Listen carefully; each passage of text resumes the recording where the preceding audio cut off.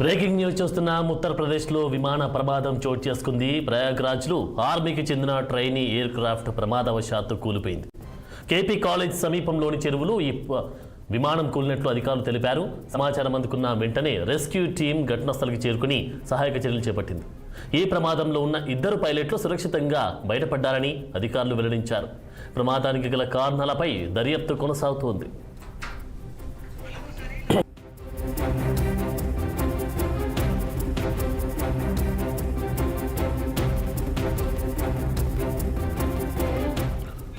ఉత్తరప్రదేశ్లో విమాన ప్రమాదం చోటు చేసుకుంది. ప్రయాగ్రాజ్లో ఆర్మీకి చెందిన ట్రైనీ ఎయిర్ క్రాఫ్ట్ ప్రమాదవశాత్తు కూలిపోయింది.